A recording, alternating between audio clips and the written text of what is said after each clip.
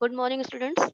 आज हम लोग विज्ञान भाग 1 के प्रश्न पत्र में प्रश्न क्रमांक 3 के प्रश्नों का यहाँ पे थोड़ा-सा डिस्कशन करेंगे, जो कि कुल 15 अंकों के लिए होता है और इसमें 8 प्रश्न पूछे जाते हैं विथ ऑप्शन और आपको 5 प्रश्न हल करने होते हैं। उन 5 प्रश्नों के आपको 15 अंक मिलते हैं, यानी कि प्रत्येक जो प्रश्न होता है वो 3 अंकों के लिए होता है। इसमें विभिन्न प्रकार के प्रश्न पूछे जाते हैं, जैसे टिप्पणियाँ लिखिए या फिर आकृति दी जाती है, आकृति के आधार पर प्रश्न पूछे जाते हैं। छोटा-सा पैराग्राफ दिया जाता है, पैराग्राफ के आधार पे प्रश्न पूछे जाते हैं या फिर अंतर लिखो भी आता है। अगर आपको अंतर लिखने के लिए आता है, तो आप 3 मार्क्स के लिए कम से कम 3 पॉइंट्स डिफरेंस के लिखेंगे, तब जाके आपको 3 मार्क्स मिलता है। लेकिन वो आपका जो आंसर होता है, वो एक्यूरेट होना चाहिए, बिल्कुल सही होना चाहिए। उसमें अगर आपका एक भी किसी भी पक्ष का अगर एक भी पॉइंट आपका गलत होता है, तो आपके हाफ मार्क्स कट जाते हैं। उसके अलावा प्रश्न उत्तर होता है और टेबल टेबल भरने के लिए भी आ सकता है। 3 आपको रिक्त स्थान दिए जाएँगे, वो आपको फिल अप करने के लिए आ सकता है। ये हम आगे देखने वाले हैं।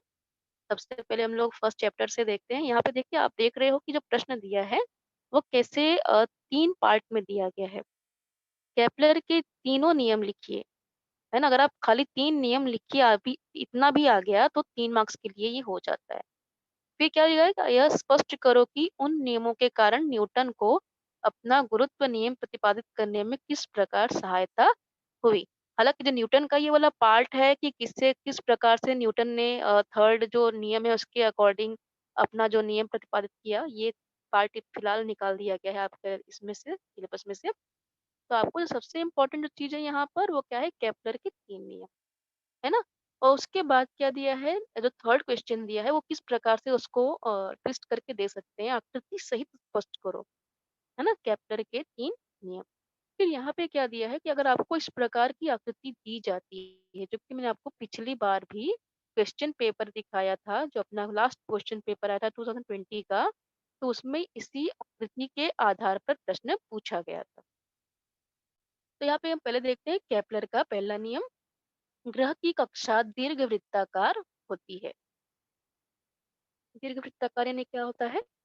वो अंडे के शेप का। आप देख रहे हो कि पूरा सर्कल नहीं है ये। जो आप रास्ता देख रहे हो ग्रह के चक्कर लगाने का, वो पूरी तरह सर्कुलर नहीं है, एलिप्टिकल है, थोड़ा अंडे के आकार का है।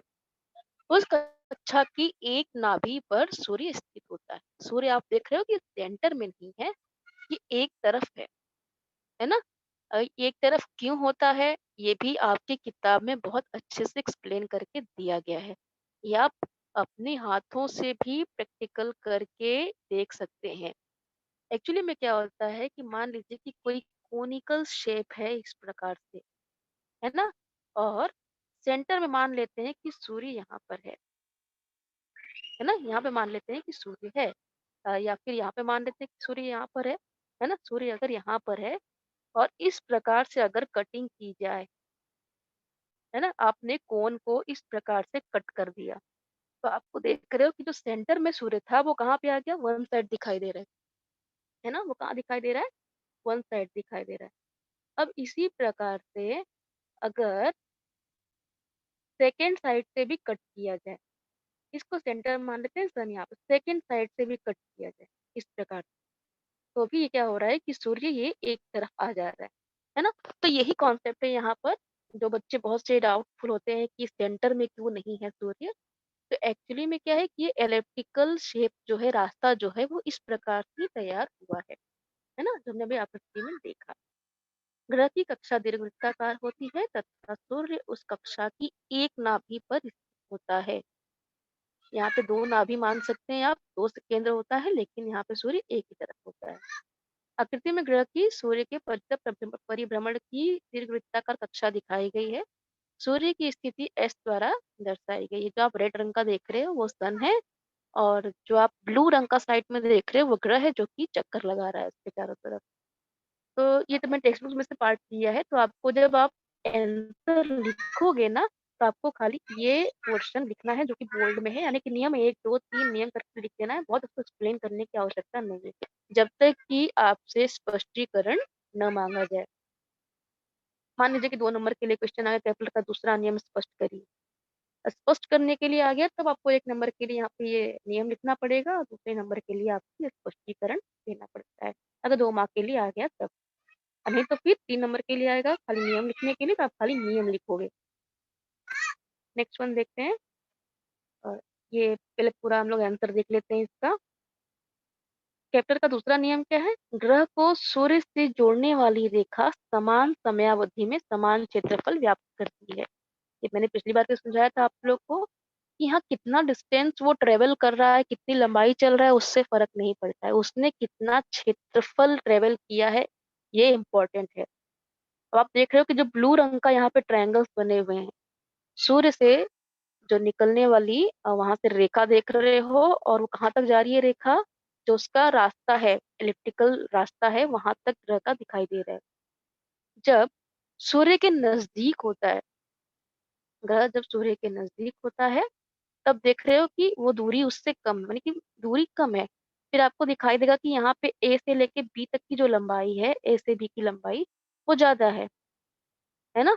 मतलब 5 मिनट में वो इतना डिस्टेंस ट्रेवल कर लेगा। सूर्य के जब नजदीक ग्रह होता है तो उसका वेग बढ़ जाता है।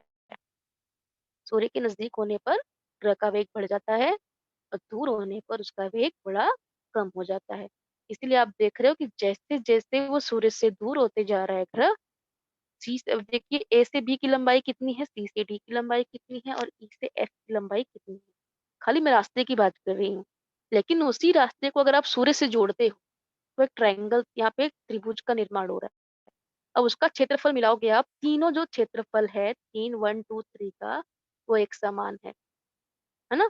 तो अगर आप मान लेते हैं कि इतना दूरी उसने 5 मिनट में या 5 घंटे में कवर किया है, तो हम लोग कह सकते हैं कि ग्रह को सूर्य से जोड़ने वाली जो रेखा होती है, समान समय में समान क्षेत्रफल व्याप्त करती है ना। ये हो गया सेकेंड। फिर थर्ड है केपलर का तीसरा नियम, सूर्य की परिक्रमा करने वाले ग्रह के आवर्तकाल का वर्ग।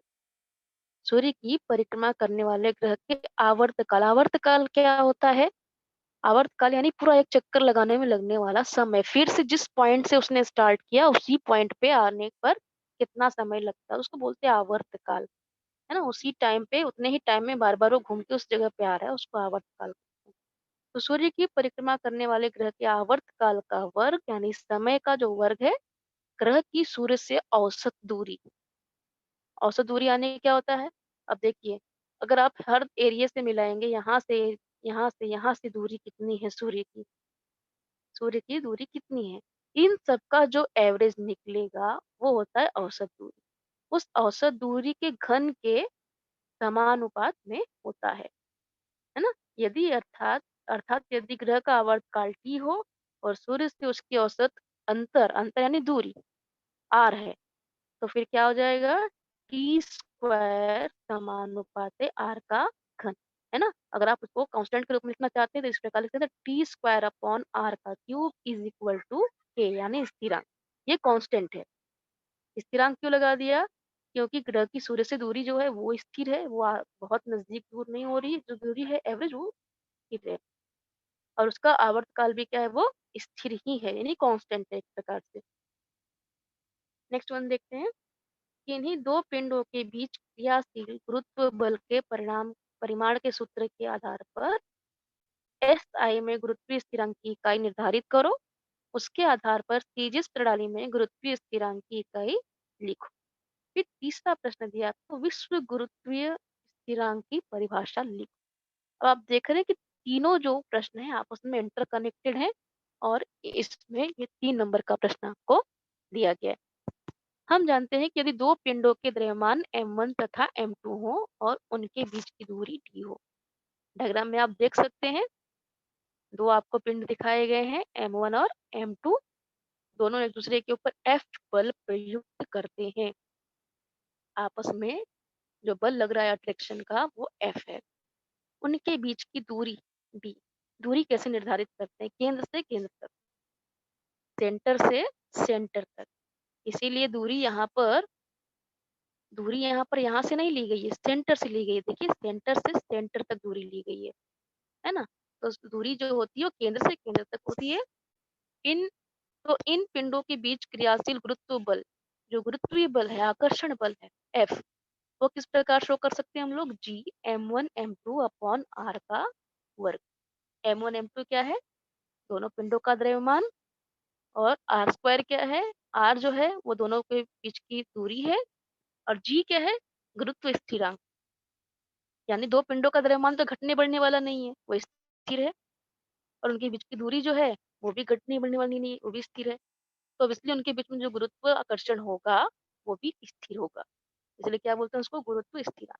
जहाँ g क्या है? गुरुत्व स्थिरांक है। इस सूत्र के आधार पर g बराबर एफ आर का वर्ग बट्टे m1 m2। अब ये कैसे आया सूत्र? ये देख लेते हैं कि ये सूत्र कैसे आया, है ना। अभी सबसे पहले हम लिखते हैं ये वाला पोर्शन। देखिए हमको क्या चाहिए? g। तो g को हमने यहीं पे रहने दिया, है ना। g को यहीं पे रहने दिया। अब यहाँ पे क्या है? m1 m2, है ना। क्या है? m1 m2। और उसके बाद g को हम लोग यहीं पे, बाकी सब चीज को हम लोग इस तरफ ले आते हैं। ये कैंसिल कर दे रही हूँ मैं। तो एक जी जब यहीं पे रहेगा तो बाकी की सारी चीज चली जाएंगी तो इस तरफ। तो जो m1 m2 जो बटे के रूप में ऊपर की तरफ है, अंश के रूप में, वो हर के रूप में हो जाएगा। तो क्या हो जाएगा यहाँ पे? और जो आर स्क्वायर है वो जो हर के रूप में है वो एफ के साथ मल्टीप्लाई हो जाएगा। तो क्या मिलेगा हमें? एफ आर का वर्ग बटे m1 m2, है ना। वही तो मिल रहा है यहाँ पे। देखिए G is equal to F R का वर्ग बटे m1 m2। तो इस प्रकार से इसको यहाँ तक लिखना। यहाँ तक लिखने के बाद आपको एक नंबर मिल जाते हैं। एस आई में बल एफ की, यानी बल क्या? एफ की इकाई न्यूटन, दूरी की इकाई मीटर। यहाँ पे ध्यान देखिए, एस आई इकाई में बल की इकाई क्या है? न्यूटन यानी एन। दूरी कैसे मापते हैं हम लोग? Centimetre, metre, kilometre. तो यहाँ पे इकाई क्या माना गया है? मीटर। दूरी की इकाई मीटर, बल की इकाई न्यूटन। द्रव्यमान कैसे मापते हैं हम लोग? किलोग्राम में ना, किलोग्राम, ग्राम। लेकिन जो एस आई है उसमें हम लोग किलोग्राम में मापते थे, केजी, है ना। तो इसलिए एस आई प्रणाली में गुरुत्व स्थिरांक की इकाई क्या हो जाएगी? Newton metre square. अब ये कैसे होता है? अब यहाँ पे देखिए जो चीजें यहाँ पे लिखी गई है ना उसी को हम लोग अभी उसमें इस इकाई के रूप में लिखते हैं। एफ यानी बल की इकाई क्या हो गई? न्यूटन। जहाँ पे देखिए एफ का है वहां पे मैंने एन लिख दिया है। आर मीटर, मीटर का वर्ग, क्योंकि आर का वर्ग है ना तो मीटर का वर्ग। m1 m2 kg into KG. तो क्या हो गया? न्यूटन मीटर स्क्वायर पर केजी स्क्वायर। मिल गया ना हमको अभी जो हमको इकाई चाहिए थी, है ना। किलोग्राम न्यूटन मीटर स्क्वायर पर केजी स्क्वायर। इसी में खाली सबका यूनिट लिखते जाना है हमको, फिर वो इकाई मिल जाएगी। इस आधार पर जी की सीजीएस इकाई, अब देखिए सेंटीमीटर, ग्राम, सेकेंड, है ना। इस प्रणाली में अगर करेंगे तो बल की इकाई क्या होती है? डाइन। बल की इकाई डाइन, छोटा यूनिट। और दूरी की इकाई क्या होती है? सेंटीमीटर, छोटा यूनिट पकड़ लिया। दूरी का यहाँ पे क्या पकड़ा था हम लोगों ने? मीटर पकड़ा था। यहाँ पे सेंटीमीटर पकड़ेंगे। अभी यहाँ पे हम लोगों ने क्या पकड़ा था? द्रव्यमान किलोग्राम में पकड़ा था। यहाँ पे ग्राम में पकड़ेंगे, है ना। डाइन सेंटीमीटर स्क्वायर, फिर ग्राम स्क्वायर, है ना। तो वही तो हमको यहाँ पे यूनिट मिलेगा अभी। डाइन पर सेंटीमीटर, डाइन सेंटीमीटर स्क्वायर पर ग्राम स्क्वायर। ये सीजीएस प्रणाली में हो गया। तो इस प्रकार से हमको दोनों का यूनिट मिलता है। फिर थर्ड देखिए यहाँ पे क्या दिया था प्रश्न हमको? विश्व गुरुत्व स्थिरांक की परिभाषा। विश्व गुरुत्व स्थिरांक की परिभाषा निम्नलिखित होगी। क्या होगी? यदि इकाई द्रव्यमान वाले दो पिंड एक दूसरे से इकाई दूरी पर हों तो उन पिंडों के मध्य क्रियाशील गुरुत्वाकर्षण बल को विश्व गुरुत्वीय स्थिरांक कहते हैं। ये इंपॉर्टेंट है, इसको आप जरूर याद करिएगा। नेक्स्ट वन, ये सेकेंड चैप्टर से है। किसी तत्व का इलेक्ट्रॉनिक संरूपण 2 बार 2 है। देखिए मैं डायग्राम में यहाँ पे लगाया है मैग्नीशियम का पिक्चर लगाया है मैंने। यहाँ पे आप देख सकते हैं। अगर आप इनके इलेक्ट्रॉनों की संख्या काउंट करते हैं, उन्हें गिनते हैं, तो कितना मिलने वाला है आपको? है ना, 1 2 3 4 5 6 7 8 9 10 11 और 12। ये क्या है? मैग्नीशियम, है ना। किसी तत्व का इलेक्ट्रॉनिक संरूपण दो इस आधार पर निम्न प्रश्नों के उत्तर लिखिए। इस तत्व का परमाणु क्रमांक क्या है? मैग्नीशियम है तो मैग्नीशियम परमाणु क्रमांक एटॉमिक नंबर 12 है ना? तत्व का समूह कौन-सा है? कौन से समूह में है ना? तो हमको कैसे मालूम पड़ता है? हम लोग क्या चेक करते हैं लास्ट का नंबर, लास्ट का इलेक्ट्रॉनिक जो नंबर है ये, है ना? बाहर की कक्षा में कितने इलेक्ट्रॉन हैं? 2 इलेक्ट्रॉन हैं। तो कौन से समूह में होगा ये? दूसरे समूह में होगा, है ना? इस तत्व का समूह कौन-सा होगा? दूसरा। यह तत्व कौन से आवर्त में है? आवर्त पता करने का बहुत सिंपल तरीका है। उनकी कक्षाएँ ले लो, 1 कक्षा, 2 कक्षा, 3 कक्षा, है ना? तो ये कौन से आवर्त में होगा? तीसरे आवर्त में होगा। इस प्रकार के प्रश्न मोस्टली आते हैं, बहुत इंपॉर्टेंट प्रश्न है। आपकी किताब में भी देखिए टेक्स्ट बुक में सेकंड चैप्टर में आपने देखा होगा कैसे छोटे-छोटे डायग्राम्स बना के बढ़ते हुए क्रम में परमाणुओं को लिखिए, घटते हुए क्रम में लिखिए, उनके परमाणु आकार के आधार पर उनको आरोही क्रम में व्यवस्थित करिए, है ना? इस प्रकार के प्रश्न दिए हैं, उनको आप ज़रूर हल करिए। मैं कहती हूँ कि उसमें से 100% प्रश्न आते ही आते हैं।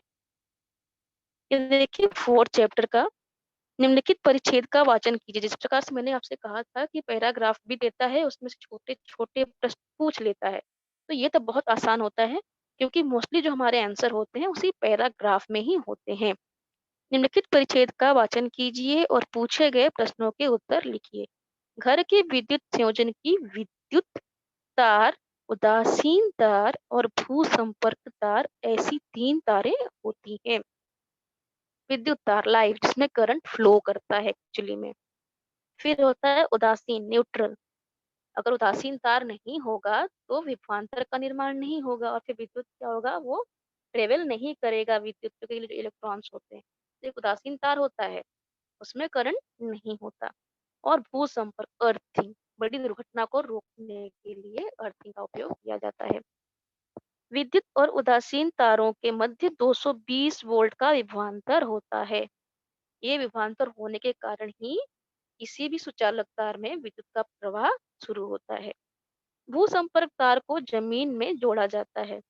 उपकरण के दोष के कारण या विद्युतमय और उदासीन तारों के प्लास्टिक का आवरण निकल जाने के कारण इन दोनों तारों को एक दूसरे से स्पर्श करने पर उसमें से बहुत बड़ी विद्युत धारा प्रवाहित होने लगती है और उस स्थान पर उष्मा का निर्माण होने से आसपास ज्वालाग्राही पदार्थ उदाहरण के लिए लकड़ी, कपड़ा, प्लास्टिक इत्यादि होने पर आग लग सकती है। इसलिए सावधानी के तौर पर संगलक तार का उपयोग किया जाता है। 2 तारों के नाम लिखिए जिनका विभवांतर 220 वोल्ट है। तो अगर आप ध्यान से देखोगे पैराग्राफ तो आंसर आपको यहीं पे मिल जाएगा, है ना? अगर आपको यहाँ-वहाँ परेशान होने की या फिर बहुत याद करने की आवश्यकता नहीं है। इस प्रकार के जब भी पैराग्राफ में प्रश्न आते हैं, आपका पूरा ध्यान पैराग्राफ में होना चाहिए। आपको तुरंत वहीं पे आंसर मिलेगा लेकिन आपको आंसर उसमें ढूँढना पड़ेगा। तो यहाँ पे तो बहुत सिंपल दिया है, विद्युत तार और उदासीन तार इन दोनों के मध्य क्या है 220 वोल्ट का विभवांतर का करंट फ्लो होता है, विभवांतर होता है। इन दोनों में से अगर आपने विद्युत तार लिखा तो आपको हाफ मार्क्स मिलेंगे क्योंकि पहले प्रश्न के लिए 3 नंबर है। पहले प्रश्न के लिए 3 नंबर हैं, तो विद्युत तार लिखेंगे तो हाफ मार्क, उदासीन तार लिखेंगे तो हाफ मार्क। दोनों में से एक भी अगर आपने मिस कर दिया मतलब आपने एक लिखा, एक नहीं लिखा तो आपके हाफ मार्क कट जाते हैं। आपको 2 नंबर दोनों यहाँ पे नाम लिखने होते हैं। सेकंड प्रश्न है आपका लघु परिपथन किसे कहते हैं? हमने अभी पैराग्राफ में ही पढ़ा कि किसी कारण अगर जो आवरण है दोनों पर का विद्युत तार और उदासीन तार का अगर उनका आवरण निकल जाता है, वो आपस में स्पर्श करते हैं, तो वहाँ पे क्या होता है शॉर्ट सर्किट होता है विद्युत का कभी-कभी आग भी लग जाती है, निकलती आग लग जाती है ना? तो इसको कहते हैं लघु परिपतन, है ना? Short circuit. फिर दिया है संगलक तार के कार्य लिखिए। अगर आपने घरों में देखा होगा जो संगलक तार होते हैं उनका काम क्या होता है कि कभी-कभी क्या होता है कि अचानक से करंट बहुत ज़्यादा फ्लो होने लगता है। यानी जो अधिक विभवांतर वाली विद्युत धारा होती है प्रवाहित होने लगती है, कभी-कभी लाइट बहुत डिम हो जाता है, फ्लक्चुएट होता है किसी कारणवश। उस फ्लक्चुएशन के कारण क्या होता है कि ज़्यादा भार पड़ने के कारण तारों में जो ऊष्मा प्रवाहित होती है अधिक मात्रा में, उससे कभी-कभी आग लग जाती है। तो हमारे घर के जो उपकरण हैं जैसे टीवी हो गया, फ्रिज हो गया, ये बड़े-बड़े जो उपकरण हैं वो खराब हो सकते हैं, उसमें आग लग सकती है। इसीलिए क्या किया जाता है कि जहाँ से हमारे घर में विद्युत की एंट्री होती है जिस तार से, है ना? एक जो मेन बोर्ड होता है वहीं पर इस प्रकार के संगलक तार लगा दिए जाते हैं। सबसे पहले क्या होगा, जैसे ही विद्युत धारा अधिक प्रवाहित होना शुरू होता है, संगलक तार पिघल जाता है। वो गर्म होके क्या हो जाएगा? पिघल जाएगा। उसके पिघलने से क्या होता है कि जो विद्युत का एक पूरा चल रहा था, करंट का जो एक एक प्रवाह चल रहा था वो खंडित हो जाता है, ब्रेक हो जाता है। तार ब्रेक हो गया, तो करंट आगे फ्लो नहीं होगा। करंट आगे पूरे घर में फ्लो नहीं हो रहा है, तो हमारे जो बाकी के उपकरण हैं, वो सही सलामत रहते हैं, वो बच जाते हैं। खाली हमारा जो फ्यूज़ का तार है, वो डिस्टर्ब होता है। आजकल तो उसकी जगह पे एमसीबी वगैरह लग गया है ना? तो उसमें क्या होता है, खाली वो ट्रिप गिर जाता है नीचे, उसके बाद हमको जाके फिर से वो ट्रिप उसको उठाना होता है। तो उसी के ऑप्शन में लगा है ये। तो फ्यूज़ का तार यही होता है, काम यही होता है फ्यूज़ तार का। आप उसको लिख सकते हैं, इसी में से मिल जाएगा आपको आंसर। नेक्स्ट क्वेश्चन है, आधुनिक आवर्त सारणी के समूह तथा इलेक्ट्रॉनिक संरूपण के कारण उनके तत्वों के गुणधर्मों में होने वाले परिवर्तन स्पष्ट कीजिए। आधुनिक आवर्त सारणी के समूह, है ना?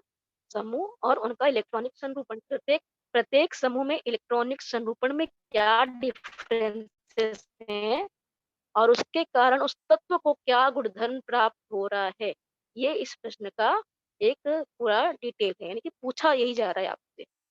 आधुनिक आवर्त सारणी में तत्वों के 18 ऊर्ध्वाधर स्तंभ होते हैं जिन्हें समूह कहते हैं, है ना? आप डायग्राम में यहाँ पे देख सकते हैं, 18 यहाँ पर समूह है। अगर आप काउंट करेंगे यहाँ से तो स्टार्ट कर सकते हैं।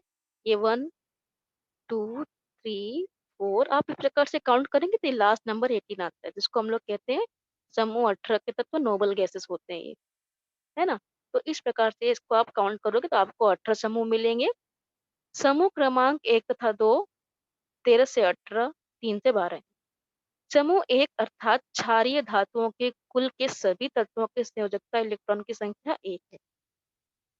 जो पहला समूह है, सबसे पहला कॉलम है, वो क्षारीय धातु का है और उसका इलेक्ट्रॉनिक उसका जो संरूपण होता है, उसमें क्या होता है कि प्रत्येक लास्ट की कक्षा में, अंतिम कक्षा जो भी होती है, वो किसी भी आवर्त में हो, चाहे पहला हो, दूसरा हो, तीसरा हो, 7वाँ हो, किसी भी आवर्त में हो सकता है, लेकिन जो समूह लास्ट का आवर्त होता है, उसमें केवल एक और एक ही इलेक्ट्रॉन होते हैं। इसीलिए इनकी समूह 1 की जो संयोजकता होती है, वो हमेशा 1 होती है। उसी प्रकार समूह 2 में बाहर की कक्षा में मैक्सिमम 2 ही इलेक्ट्रॉन होते हैं। तो इनकी संयोजकता कितनी होगी? 2। तीसरा समूह, यहाँ पर मैक्सिमम बाहर की कक्षा में केवल 3 इलेक्ट्रॉन होते हैं। फिर 4th में जाओगे तो बाहर मैक्सिमम 4 इलेक्ट्रॉन्स होते हैं। तो इसी के अकॉर्डिंग जितने बाहर इलेक्ट्रॉन्स होंगे उनकी संयोजकता उतनी होगी और उसी के अनुसार उनका गुणधर्म निश्चित होता है। अब देखिए जैसे कि बाहर की कक्षा में अगर खाली 1 इलेक्ट्रॉन, तो उसका सेंटर से अट्रैक्शन थोड़ा कम होता है। अकेले कितना वो सेंटर की तरफ अट्रैक्ट होगा, उनका मजबूत बॉन्डिंग नहीं होता, तो आराम से रिमूव हो जाता है, आराम से इलेक्ट्रॉन का त्याग कर देता है। यानी वो तत्व बहुत क्रियाशील होता है। उसके कंपैरिजन में दूसरे समूह में आप आएँगे, तो वहाँ पे 1 से 2 इलेक्ट्रॉन हो गए। वहाँ पे बाहर 2 इलेक्ट्रॉन। तो उनका जो कुल मिला के सेंटर में अट्रैक्शन होता है, पहले अकेला था, पहली कक्षा में पहले समूह में खाली 1 ही इलेक्ट्रॉन था, दूसरे समूह में 2 इलेक्ट्रॉन हैं। अब 2 लोग मिलके सेंटर में अपना क्या कर रहे हैं, अट्रैक्शन यूज़ कर रहे हैं। तो थोड़ा-सा क्या हो गया कि अब बाहर 2 इलेक्ट्रॉन बाहर निकालने के लिए अधिक ऊर्जा लगानी पड़ेगी। तो थोड़ा-सा यहाँ पे जो रिएक्टिविटी थी धातुओं की या फिर तत्वों की, थोड़ी-सी कम हो जाती है। थोड़ा थोड़ा-सा कम क्रियाशील। उसके बाद तीसरा समूह, वहाँ पे 3 इलेक्ट्रॉन थे, तो 3 मिलके अब सेंटर की ओर अट्रैक्ट हो रहे हैं, है ना? 3 लोग की जो सेंटर से अट्रैक्शन है ज़्यादा स्ट्रॉन्ग हो गई अभी। अब उन 3 इलेक्ट्रॉन को बाहर निकालने के लिए और अधिक ऊर्जा लगानी पड़ेगी, है ना? यानी अब ये थोड़े और कम इनएक्टिव हो गए, कम क्रियाशील हो गए। तो पहली कक्षा के पहले समूह के तत्व अधिक क्रियाशील, दूसरे के उससे थोड़े कम क्रियाशील, तीसरे के उससे भी कम क्रियाशील। इस प्रकार से आप देखोगे तो धीरे-धीरे क्रियाशीलता बढ़ती है। उनकी जो मेटालर्जी होती है, यानी कि जो धात्विक गुणधर्म होता है, वो भी घटता है। सेकंड जो समूह होता है, वो होता है भूक्षारी। भूक्षारी तत्वों उसमें मैक्सिमम बाहर 2 इलेक्ट्रॉन होते हैं। और इसी प्रकार जब समूह 17 और 18 की बात करें, समूह 17 जो है उसको कहते हैं हैलोजन वंश, है ना? हैलोजन समूह उसे कहते हैं। उनका नाम ही पूरा परिवार का नाम क्या पड़ा हुआ है 17 समूह के, हैलोजन वंश पड़ा हुआ है। उनमें क्या उनकी भी क्रियाशीलता, उनका भी जो संयोजकता है वो क्या है कि बाहर वो एक ही इलेक्ट्रॉन एक्सेप्ट करते हैं। उनकी बाहर की कक्षा में 7 इलेक्ट्रॉन ऑलरेडी हैं। उनको अपना अष्टक पूरा करने के लिए 1 इलेक्ट्रॉन की आवश्यकता है ना? तो इनकी भी जो संयोजकता है वो एक ही है। पहले समूह की संयोजकता कितनी थी? 1 थी। लेकिन उनको अपना अष्टक पूरा करने के लिए 1 इलेक्ट्रॉन को त्यागना पड़ेगा। समूह 17 में क्या है? इनकी संयोजकता भी 1 है, लेकिन इनको अपना अष्टक पूरा करने के लिए 1 इलेक्ट्रॉन लेना पड़ेगा। तो इसीलिए पहला समूह के तत्व थे वो धातु, और 7वें 17वां समूह के तत्व हैं वो सभी अधातु। समूह 18 की बात करते हैं। नोबल गैसेस, आइडियल गैसेस, राजवायु, है ना? बहुत नाम है। समूह 18 तत्व कहिए, शून्य समूह कहिए, समूह 18, शून्य समूह, राजवायु, आइडियल गैस, नोबल गैस, कितने प्रकार हैं, कितने नाम आप उनको दे सकते हैं, लेकिन सब एक ही मतलब है सबका, समूह 18। तो इनका तो अष्टक पहले से ही पूरा होता है ना? अगर किसी व्यक्ति का पेट भरा हुआ है, आप उसको जबरदस्ती खाना नहीं खिला सकते। तो इसका ऑलरेडी पेट भरा हुआ है, ऑलरेडी इसका अष्टक पूरा है। तो ये कोई इंटरेस्ट नहीं दिखाता ना इलेक्ट्रॉन देने में, ना इलेक्ट्रॉन लेने में, है ना? इसीलिए क्या है, इसको बोलते हैं noble gases, ideal gases, inactive, है ना? अक्रियाशील, जो कि इनएक्टिव है, क्रिया नहीं करते हैं। फिर किसी भी समूह में ऊपर से नीचे की ओर जाने पर इलेक्ट्रॉनों की कक्षाओं में क्रमशः 1 से वृद्धि होती है। आकार तथा परमाणु त्रिज्या भी बढ़ते जाते हैं। अगर आप एक ही समूह की बात करिए, पहले समूह की बात करिए, तो ऊपर एक ही आवर्त होता है, ऊपर एक ही आवर्त होता है, तो उसका साइज थोड़ा कम है। अब दूसरा आवर्त, उसके नीचे आएँगे तो वहाँ पे एक के साथ दूसरा आवर्त आ गया, 2 आवर्त आ गए, है ना? तो थोड़ा-सा साइज उसका बढ़ जाता है। तीसरे आवर्त में आएँगे, उसके नीचे एक और कक्षा जुड़ गई बाहर, है ना? उसका साइज और बड़ा हो गया। 4th में जाएँगे, एक और कक्षा जुड़ गई, एक और साइज बढ़ गया उसका। तो 7वें आवर्त तक आते-आते, मतलब बिल्कुल नीचे तक आते-आते क्या होता है कि साइज़ उस परमाणु का बड़ा हो जाता है। और बड़े परमाणु का साइज़ के कारण भी क्या होता है कि उनका सेंटर से जो बाहर की कक्षा में अभी देखिए इलेक्ट्रॉन है, तो आपने तो सर्कल बढ़ाते गए, कक्षाएँ जोड़ते जा रहे हो, लेकिन बाहर की कक्षा में जो इलेक्ट्रॉन अकेला है, उसका सेंटर से अट्रैक्शन कम होते जा रहा है। सेंटर से उसका लगाव कम होते जा रहा है। तो वो क्या होगा, उसको आराम से कोई भी रिमूव कर सकता है। मतलब वो ज़्यादा एक्टिव हो गया। अगर समूह की खाली बात करें, हम लोग एक ही समूह की बात करें, तो सभी में 1 इलेक्ट्रॉन है, मतलब सभी एक्टिव हैं। लेकिन अब इनमें भी ज़्यादा एक्टिव कौन है? जो ऊपर है, वो थोड़ा कम क्रियाशील, और जो एकदम नीचे है, वो सबसे ज़्यादा क्रियाशील होता है ना? इसको इस प्रकार से हम देख सकते हैं डायग्राम में देखिए। अगर एक ही समूह की बात करें, खाली पहले समूह की बात करें, यहाँ 1 कक्षा, 2 कक्षा, यहाँ 3 कक्षा, यहाँ पे 4 कक्षा हो गई। तो आप शेप देखते हो बढ़ते जा रहा है, लेकिन सभी के बाहर एक ही इलेक्ट्रॉन, बाहर सभी के एक ही इलेक्ट्रॉन, है ना? लेकिन इसका सेंटर से अट्रैक्शन ज़्यादा है, इसका थोड़ा-सा कम हो गया, यहाँ थोड़ा और कम हो गया, यहाँ थोड़ा और कम हो गया। तो इस प्रकार से जो सबसे नीचे का तत्व होता है पहले समूह में, उसकी क्रियाशीलता सबसे अधिक होती है।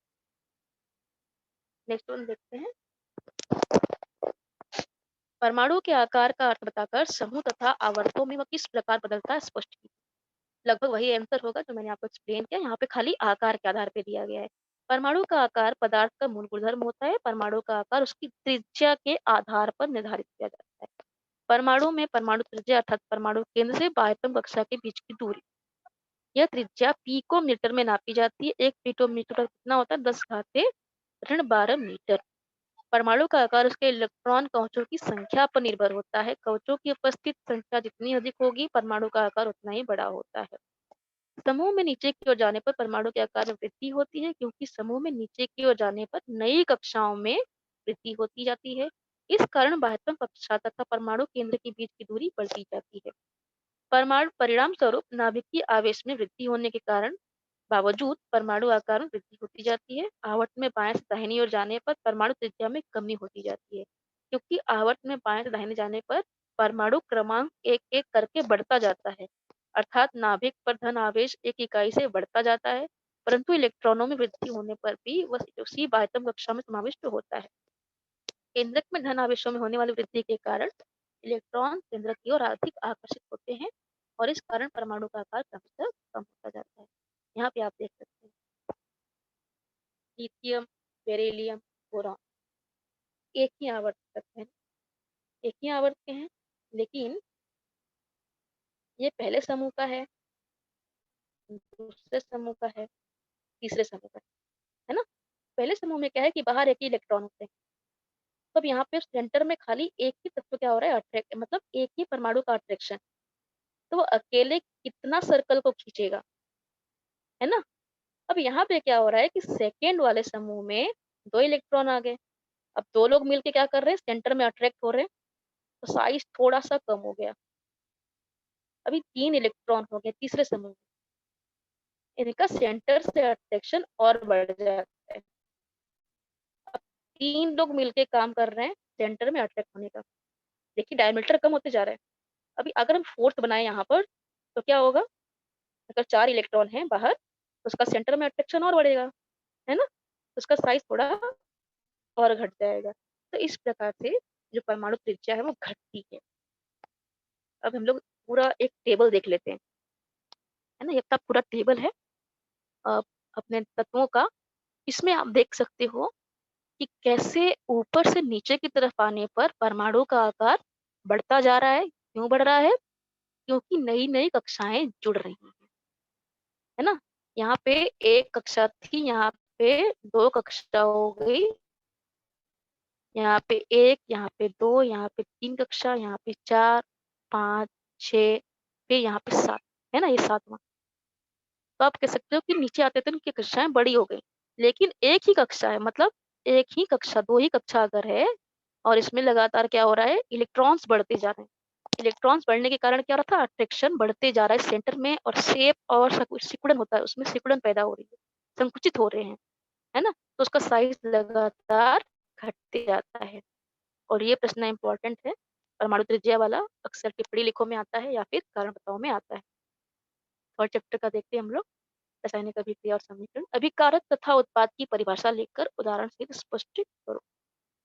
रासायनिक अभिक्रिया में पदार्थों के रासायनिक बंधों का विभाजन होता है तथा नवीन रासायनिक बंध तैयार होते हैं। हाँ, यहाँ पे मार्किंग डिस्ट्रीब्यूशन कैसे पहले आप देख लीजिए। अभिकारक तथा उत्पाद की परिभाषा। अब अभिकारक की परिभाषा लिखते हैं तो 1 मार्क, उत्पाद की परिभाषा लिखते हैं तो 1 मार्क मिलेगा। उदाहरण जो आप देते हैं तो उसपे 1 मार्क। 3 पॉइंट्स देख रहे हैं ना आप? तो 3 पॉइंट्स पे 3 मार्क्स मिलते हैं। तो इसमें से कोई एक भी आप मिस करोगे तो आपका 1 नंबर क्या हो जाएगा? वो कट जाता है।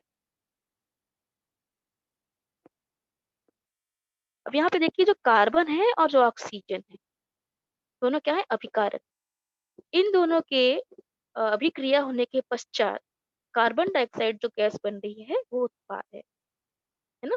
तो हम लोग क्या परिभाषा लिखेंगे? रासायनिक अभिक्रिया में पदार्थों के रासायनिक बंधों का विभाजन होता है तथा नवीन रासायनिक बंध तैयार होते हैं। फलस्वरूप पदार्थों का रूपांतरण एक नए पदार्थ में होता है। जो पदार्थ बंध विभाजन द्वारा रासायनिक अभिक्रिया में सहभागी होते हैं, उन्हें अभिकारक अथवा अभिकारी कहते हैं। रासायनिक अभिक्रिया में नवीन बंध तैयार होकर जो नया पदार्थ तैयार होता है, उसे उत्पाद कहते हैं। उदाहरण के लिए कोयला। कोयला हवा में जलाने पर कार्बन डाइऑक्साइड गैस तैयार होती है। तो कोयला तो सॉलिड है, हमको दिखाई देता है कोयला, है ना? लेकिन ऑक्सीजन दिखाई नहीं देता, ऑक्सीजन तो हवा में उपस्थित है। तो कोयले को जब अगर हवा में जलाते हो, आप बाहर जलाते हो, मतलब वहाँ पे अभिक्रिया हो रही है। और उसमें से जो धुआँ निकलता हुआ आपको दिखाई देता है, वो एक्चुअली में कार्बन डाइऑक्साइड गैस होता है। वो एक प्रकार की क्या हो गई, वो अभिक्रिया ही है ना? उसको संयोग अभिक्रिया भी आप कह सकते हो क्योंकि कार्बन ऑक्सीजन मिलकर एक पदार्थ बना रहे हैं। रासायनिक अभिक्रिया की दर अभिकारक के तापमान पर किस प्रकार निर्भर होती है? ये उदाहरण देकर स्पष्ट करो। रासायनिक अभिक्रिया अभिकारक के अणुओं में होने वाली टकराहट के कारण होती है। टकराहट यानी क्या होता है? जब आप गर्म करते हो किसी आपने देखा होगा आप चाय बनाते हो या पानी गर्म करते हो, है ना? तो क्या होता है जैसे आप गर्म करना स्टार्ट करते हो तो जो अणु होते हैं पानी के, यानी पानी के जो अणु होते हैं वो फैलना शुरू होते हैं। आप ध्यान से देखना उसमें कभी। और फिर क्या होता है, जब बुलबुले उठना शुरू होते हैं, फिर आप उसमें कुछ डाल दीजिए सॉलिड चीज़। आप चाय पत्ती और इसमें डालते हैं, तो आपको वो आपस में टकराते हुए दिखाई देते हैं ना, है ना? तो उनका कारण क्या होता है? क्योंकि आप इसको हीट कर रहे हो। उसी प्रकार जो पानी के अणु होते हैं, वो भी आपस में टकराते हैं, है ना? तो अगर मान लीजिए आपने कुछ अभिक्रिया करने के लिए उसमें पदार्थ डाला हुआ है, वो भी आपस में टकराते हैं हीट करने पर, और फिर अभिक्रिया की जो दर होती है, स्पीड होती है, वो बढ़ जाती है। इसके अतिरिक्त विशिष्ट ऊर्जा वाले अणुओं में टक्कर ही फलदायी होते हैं। अभिकारक का तापमान बढ़ाने पर उसके अणुओं की वेग तथा परिणामी गतिज ऊर्जा बढ़ जाती है। इसका प्रभाव अर्थात टक्करों की बारंबारता तथा विशेष ऊर्जा युक्त ऐसे प्रभावित टक्करों की संख्या बढ़ जाती है। ठोस अवस्था वाले CaCO3 का कैल्शियम कार्बोनेट का अपघटन सामान्य तापमान पर नहीं होता, परंतु उसे तपाने पर उसका अपघटन होकर कैल्शियम ऑक्साइड तथा कार्बन डाइऑक्साइड गैस तैयार होती है। अर्थात अभिक्रिया का तापमान बढ़ाने पर रासायनिक अभिक्रिया की दर बढ़ जाती है ना? तो कैल्शियम कार्बोनेट यहाँ पे देखिए, यहाँ पे अभिकारी पदार्थ खाली एक ही है। कौन है? कैल्शियम कार्बोनेट, है ना? लेकिन उसको आप रूम टेम्परेचर पे रखिए ताप, तो उसमें अभिक्रिया कुछ नहीं होने वाली है कैल्शियम कार्बोनेट में। उसी को आप गर्म कर दीजिए, तो कुछ देर में क्या होगा, वो कैल्शियम ऑक्साइड बन जाएगा और उसमें से कार्बन डाइऑक्साइड गैस जो है वो बाहर निकल जाएगी। इसको बोलते हैं विच्छेदन अभिक्रिया। ये उसी का उदाहरण है विच्छेदन का, क्योंकि यहाँ पे विकारक एक ही है और उत्पाद जो है वो दो है। फोर्थ चैप्टर से देखते हैं हम लोग। ऑरस्टेड के प्रयोग में निम्नलिखित दशाओं में चुंबकीय सुई पर क्या प्रभाव पड़ता है? स्पष्ट करो, है ना? तार में विद्युत धारा प्रवाहित की जाए, या फिर तार में प्रवाहित विद्युत धारा में वृद्धि कर दी जाए। तीसरा, तार में विद्युत धारा का प्रवाह बंद कर दिया जाए। तार में विद्युत धारा विपरीत दिशा में प्रवाहित की जाए। तार में प्रवाहित विद्युत धारा का परिमाण में परिवर्तन किए बिना चुंबकीय सुई तार के बीच की दूरी बढ़ा दी जाए। आपको कंडीशंस दिए गए हैं छोटे छोटे, कि इस अवस्था में विद्युत धारा पर क्या प्रभाव पड़ेगा, है ना? ये ओरकट का प्रयोग है, और प्रत्येक आंसर के लिए आप देख रहे हो कि हाफ मार्क। हाफ मार्क क्यों है? क्योंकि बहुत छोटे छोटे और इजी प्रश्न हैं। ये जो कंडीशन दिए गए हैं उस पे क्या असर पड़ेगा, खाली इतना आपको लिखना है।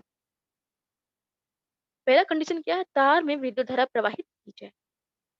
तार में विद्युत धारा प्रवाहित करने पर चुंबकीय सुई में विक्षेपण होता है। यहाँ पर डायग्राम देखिए आप, है ना? इस प्रकार का सेटअप होता है। एक तरफ विद्युत धारा प्रवाहित करने के लिए एक तार दिखाया गया है और एक सर्किट है, उसके बगल में चुंबकीय सुई रखी गई है। अगर आपने स्विच ऑफ कर दिया, करंट फ्लो नहीं हो रहा है, तो उस मैग्नेटिक जो सुई है उसमें भी कोई असर नहीं पड़ेगा। लेकिन जैसे ही करंट फ्लो होना शुरू होता है, इसके अंदर विक्षेपण होना शुरू हो जाता है। फिर सेकंड क्वेश्चन क्या था? तार में प्रवाहित विद्युत धारा में वृद्धि कर दी जाए। करंट फ्लो तो हो ही रहा है, थोड़ा उसका स्पीड बढ़ा दीजिए, तो क्या होगा? तार में प्रवाहित विद्युत धारा की वृद्धि करने पर चुंबकीय सुई का विक्षेपण भी बढ़ जाएगा। सिंपल सा आंसर है। करंट फ्लो होना शुरू हुआ, तो सुई में विक्षेपण हुआ, स्पीड बढ़ा दिया, तो विक्षेपण भी और ज़्यादा हो गया, और स्पीड बढ़ गया विक्षेपण का भी। स्पीड कम कर दिया, तो इस उस विक्षेपण का भी असर कम हो गया। थर्ड, तार में विद्युत धारा का प्रवाह बंद कर दिया जाए। करंट फ्लो बंद कर दीजिए आप, स्विच ऑफ कर दीजिए, तो क्या होगा? विक्षेपण जो हुआ था वो बंद हो जाएगा। मतलब सुई जो पहले की अवस्था में थी, बंद अवस्था में, फिर से अपने पहली वाली अवस्था में आ जाएगी। तार में विद्युत धारा विपरीत दिशा में प्रवाहित की जाए। बैटरी का सेटअप उल्टा कर देना है ना? जहाँ पॉजिटिव था वहाँ पे नेगेटिव कर देना है, जहाँ नेगेटिव था वहाँ पॉजिटिव कर देना है। सुई को, तो बैटरी है उसको उल्टा कर देना है, तो करंट भी उल्टा फ्लो होगा। करंट अगर उल्टा फ्लो होगा, तो सुई का जो डिफ्लेक्शन है वो भी उल्टा होगा। पहले जिस दिशा में वो घूम रहा था उसकी उल्टी दिशा में घूमेगा, है ना? पांचवा प्रश्न है, तार में प्रवाहित विद्युत धारा का परिमाण परिवर्तित किए बिना। मतलब करंट जितना फ्लो हो रहा है उसको चेंज नहीं करना है। हमको क्या करना है अब, कि चुंबकीय सुई और तार के बीच की दूरी बढ़ानी है। मतलब चुंबकीय सुई जो है ना उसको तार के दूर लेके जाना है। करंट फ्लो होने दीजिए जितना फ्लो हो रहा है, खाली उस चुंबकीय सुई को दूर लेके जाना है, दूरी बढ़ानी है। तो क्या होगा? तो भी चुंबकीय सुई में डिफ्लेक्शन जो है, जो विक्षेपण है वो कम हो जाएगा, क्योंकि आप जितना दूर विद्युत तार से जाओगे उसका असर उतना ही कम होते जाएगा, है ना? तो आपको ये डायग्राम से भी समझ में ये आ सकता है, आपकी किताब का डायग्राम है ये। आधुनिक आवर्त सारणी की रचना स्पष्ट करो। आधुनिक आवर्त सारणी की रचना। देखिए ये भी प्रश्न आता है आपको स्पष्ट करने के लिए कि आधुनिक आवर्त सारणी का निर्माण किस प्रकार से हुआ है, कंस्ट्रक्शन कैसा है, रचना कैसी है, तो ये आपको यही लिखना है। मेन मेन चीजें खाली आपको लिखनी है, पॉइंट्स मतलब कितने आवर्त हैं, कितने समूह हैं, पहले समूह में क्या है, दूसरे समूह में क्या है, 17वें समूह में क्या है, 18वें समूह में क्या है, फिर उसके लेंथेनाइड्स क्या है, एक्टिनाइड्स क्या है, और उसमें ये फिर उसके बाद लिखना रहता है आपको कि उसमें निष्क्रिय गैसें किधर, मतलब यही सब चीजें आपको जो मेन चीजें हैं वो इंक्लूड करनी है रचना की बात की जाए तो। आधुनिक आवर्त सारणी में तत्वों को उनके परमाणु क्रमांकों के आरोही क्रम में व्यवस्थित किया गया है। आधुनिक आवर्त सारणी में 1 से 7 क्षैतिज पंक्तियां होती हैं, उन्हें आवर्त कहते हैं। कुल 7 आवर्त हैं। उसी प्रकार की सारणी में 1 से 18 ऊर्ध्वाधर स्तंभ है, उन्हें समूह कहते हैं। आवर्त तथा समूह इनकी रचना से चौखट तैयार होते हैं, है ना। यहाँ पे देखिए चौखट, खड़ी लाइन और आड़ी लाइन, उससे क्या बना है, हमको छोटे छोटे बॉक्स मिले हैं ना। अब फिर हर बॉक्स के अंदर क्या रखा गया है, एक तत्व रखा गया है ना। तत्व में क्या क्या है, तत्व का परमाणु संकेत है, परमाणु क्रमांक है, और उसका क्या है, अ, द्रव्यमान, उसका द्रव्यमान दिया गया है ना। तो ये 3 चीजें यहाँ पे इंक्लूड की गई हैं। प्रत्येक चौखट किसी तत्व का स्थान होता है, यानी प्रत्येक चौखट जो है, बॉक्स जो है, वो किसी तत्व का घर है ना। सबका अपना अपना घर निश्चित है, उसको कमरा नंबर अलॉट कर दिया गया है, ये तुम्हारा रूम है, ये तुम्हारा रूम है। फिर प्रत्येक चौखट किसी तत्व का स्थान होता है। 7 क्षैतिज पंक्तियों के अतिरिक्त 2 क्षैतिज पंक्तियां स्वतंत्र रूप से आवर्त के अधोभाग में दर्शाई गई हैं। इन 2 श्रेणियों को क्रमशः लेंथेनाइट श्रेणी तथा एक्टिनाइट श्रेणी कहते हैं। ये देखिए, आप देख रहे हो यहाँ पर जो पर्पल कलर का देख रहे हो, बैंगनी रंग का, एक्चुअली वो उनका घर है ना। यही जो पूरा लंबाई नीचे देख रहे हो, लेंथेनाइट्स और एक्टिनाइट्स, ये सारे तत्व जो नीचे अलग से दिए गए हैं वो उन्हीं 2 बॉक्स के अंदर होने चाहिए। लेकिन मान लो क्या कि उसी घर के अंदर इतने सारे कंपार्टमेंट, है ना। उसी घर को, बड़ा सा घर है, उसको इतने सारे पार्ट में डिवाइड किया गया, और ये सब उसी फैमिली के मेंबर हैं जो नीचे 2 भाग को अलग से लाइन में दिए गए हैं, और उनका घर वही है। तो उनको भी अलग अलग कमरे किसने दिया है, लेंथेनाइट्स का परिवार अलग है, एक्टिनाइट्स का परिवार अलग है, उनको अलग अलग कमरे उसने अलग से दिए हुए हैं। ये मान लीजिए आप। तो इस प्रकार से सारी व्यवस्था यहाँ पर की गई है।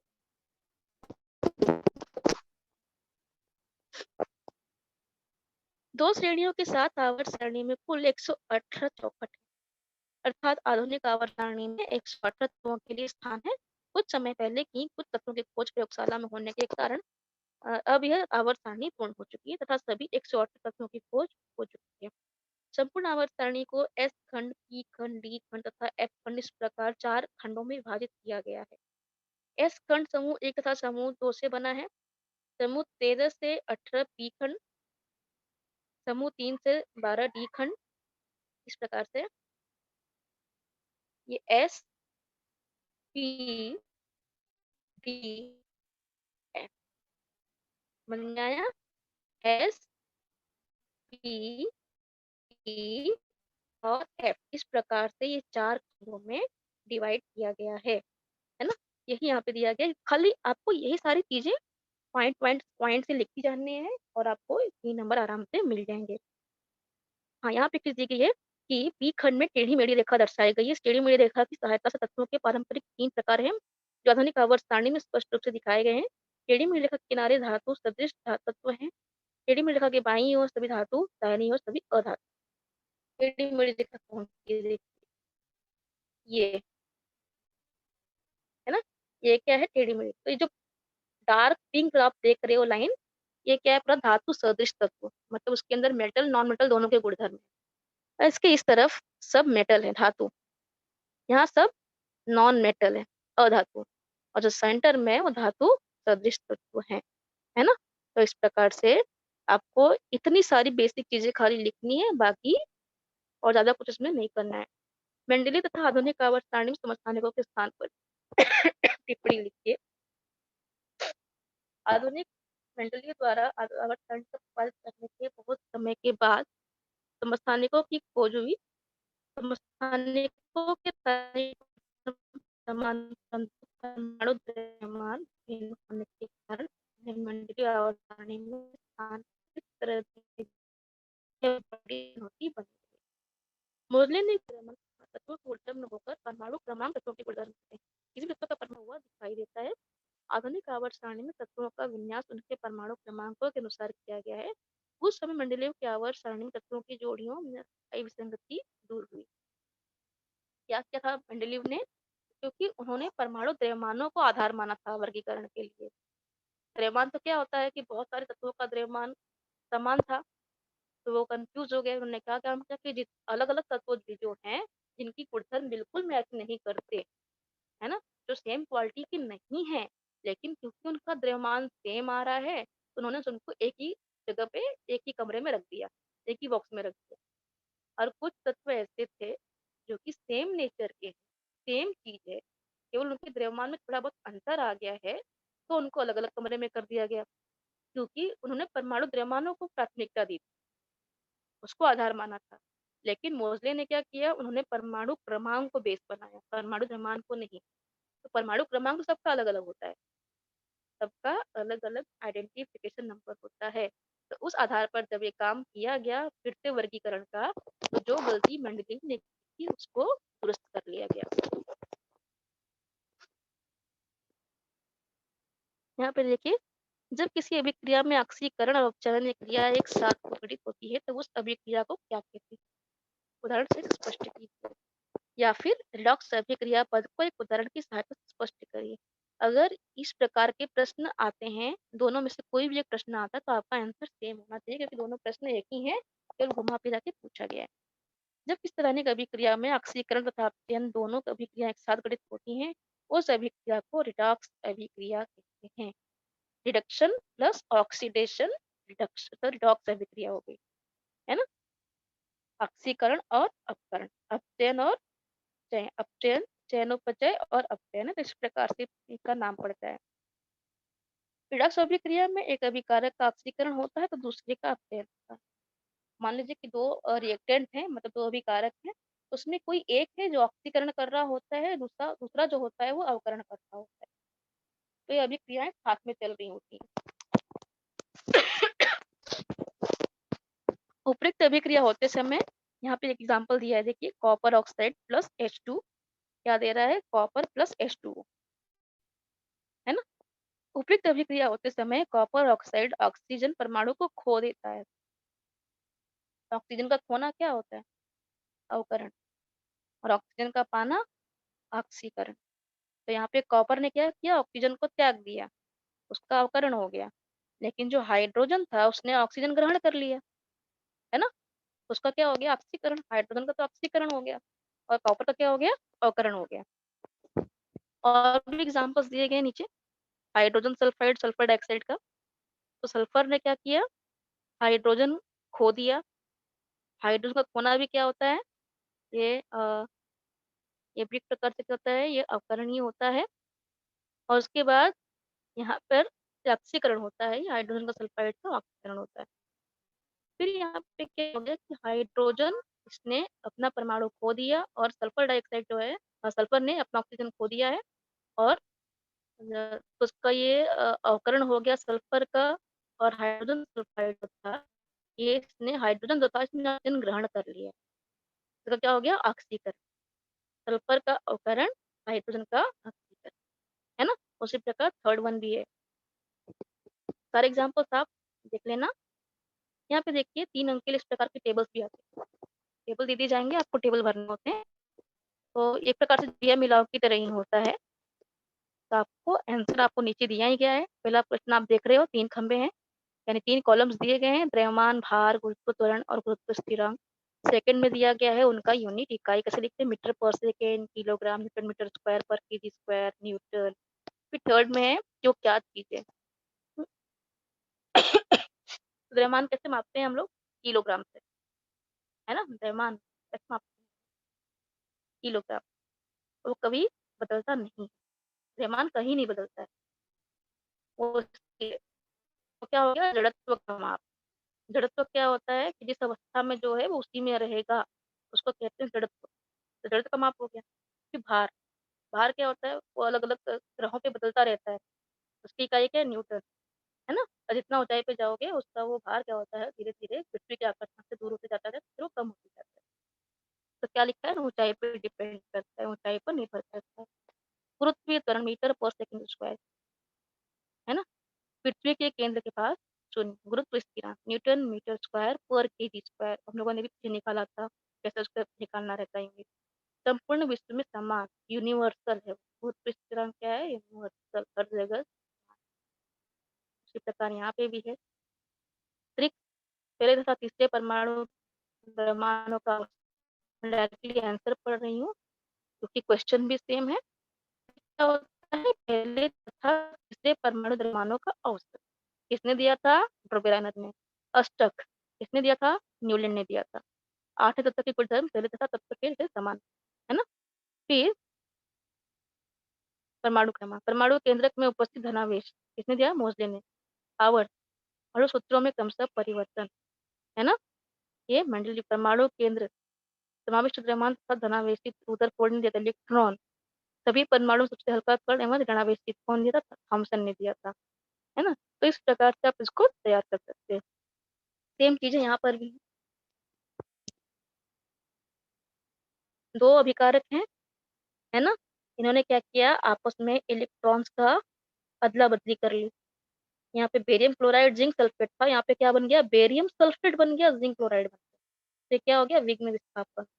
यहाँ पे अभिकारक एक ही है, इसने दो उत्पाद बनाए तो उसको बोलते हैं विच्छेदन या फिर अपघटन। फिर कॉपर सल्फेट में फेरस जुड़ गया, फेरस सल्फेट बन गया, कॉपर रिप्लेस, उसको बोलते हैं विस्थापन। दो अभिकारक एक प्रोडक्ट, संयोग अभिक्रिया, है ना? तो इस प्रकार से ये छोटे छोटे प्रश्न आपको तैयार किए भी बिल्कुल उसी प्रकार है। ये समय की कमी से मैं आपको समझाई, मैंने आपको पिछली बार समझाया था मैंने सवाल। आप वो वीडियो चेक करेंगे तो आपको सवाल वहां मिल जाएगा। ये हम लोग पढ़ चुके हैं, ये भी पढ़ चुके हैं सवाल हम लोग। ये देखिए कभी कभी क्या होता है कि छोटे छोटे प्रश्नों को मिलाकर बड़ा प्रश्न बनता है 3 मार्क्स के लिए। अब प्रत्येक प्रश्न 1 मार्क के लिए होता है। तो छोटे छोटे प्रश्न है। 1 किलोग्राम पानी का तापमान मतलब 14.5 डिग्री सेल्सियस से 15.5 डिग्री सेल्सियस अर्थात 1 सेंटीग्रेड से बढ़ाने के लिए आवश्यक उष्मा को 1 किलो कैलोरी उष्मा कहते हैं। तो परिभाषा लिखने के लिए आ गया, आप देख रहे हो, है ना? परिभाषा परिभाषा तीनों की लिखनी है। तो इस प्रकार से आपको प्रश्न मिल सकते हैं। 1 किलो कैलोरी, 1 कैलोरी, विशिष्ट उष्माधारिता। उसमें मैं आपको कहूंगी कि इसमें जो विशिष्ट उष्माधारिता है बहुत इंपॉर्टेंट है, इसको आप तैयार करना है। फिर परिभाषा लिख के पिघलने की विशिष्ट गुप्त उष्मा 1 नंबर। फिर क्या दिया है? पिघलने की विशिष्ट गुप्त उष्मा का अर्थ क्या होता है? इस भौतिक राशि को कौन सी इकाइयों में व्यक्त किया जाता है? ये मिला के मिल गया 1.5 नंबर। फिर नीचे का भी प्रश्न इसी प्रकार का। सापेक्ष आर्द्रता का क्या अर्थ है? प्रतिशत सापेक्ष आर्द्रता के लिए सूत्र लिखिए। 1.5 नंबर का ये भी। तो ये दोनों प्रश्न जो है ये आपस में मिला के 3 नंबर के लिए प्रश्न आ सकते हैं, है ना? तो आपको ये तैयार कर लेना है। मैं आपको पीपीटी शेयर करूंगी, मैं आपको समझा चुकी हूँ पिछली बार। ये मैं आपको एक रिवीजन करवा रही हूँ, जस्ट आप इसको पढ़ सकते हैं। तो हमारा जो आज का टॉपिक है यहीं पे एंड होता है। अगर किसी को कोई डाउट है तो वो प्रश्न पूछ सकता है।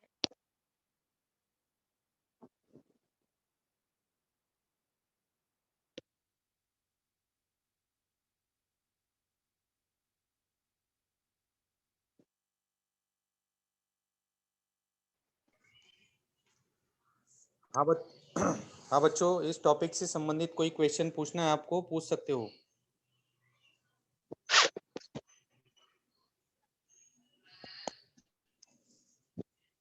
मैं आप पीपीटी शेयर कर दूंगी। अगर आपको इसमें से प्रश्न उत्तर तैयार करने हैं या फिर नोटबुक में लिखने हैं तो आप वो भी काम कर सकते हैं। और मैं ये कहूँगी कि आप ये जरूर तैयार करिए, इसमें सारे मैंने इंपॉर्टेंट प्रश्न ही लिए हैं।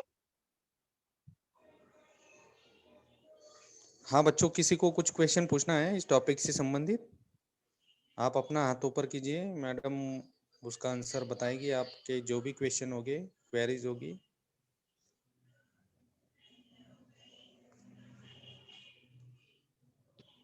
हाँ, अभी किसी बच्चे ने चैट में डाला है कि आप ये पीपीटी शेयर करिए टेलीग्राम पे। बच्चों में अपना हर पीपीटी शेयर करती हूँ टेलीग्राम पर। आप लोग वहाँ पे रेगुलर चेक किया करिए। मैंने बहुत सारे वहाँ पे पीपीटीज और वीडियो शेयर किए हैं, आप उसको देख सकते हैं। हाँ, टॉपिक अच्छे से समझ में आया मैडम बच्चों को। शायद किसी के हाथ ऊपर नहीं दिख रहे। धन्यवाद मैडम जी। ठीक है सर, थैंक यू। हाँ, धन्यवाद मैडम जी, धन्यवाद।